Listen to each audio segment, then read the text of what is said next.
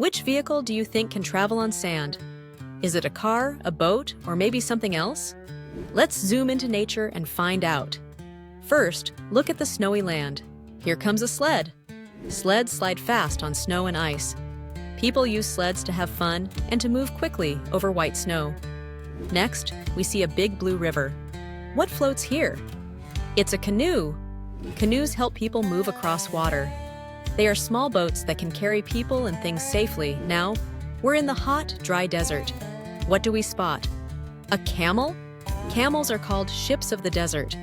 They carry people and things across sandy places. Camels have big feet that help them walk on soft sand without sinking. In the green jungle, listen! Stomp, stomp! An elephant walks by. Elephants are very strong and help carry big loads through thick forests where cars cannot go. Last, let's visit a rainy place with lots of water. Here comes a boat. Boats help people travel across lakes and rivers. They float on water and can carry many people. Did you guess which vehicle travels on sand? It's the camel. Camels are perfect for the desert. They can go a long time without water and carry heavy loads. Nature is full of cool vehicles that help people move in different places.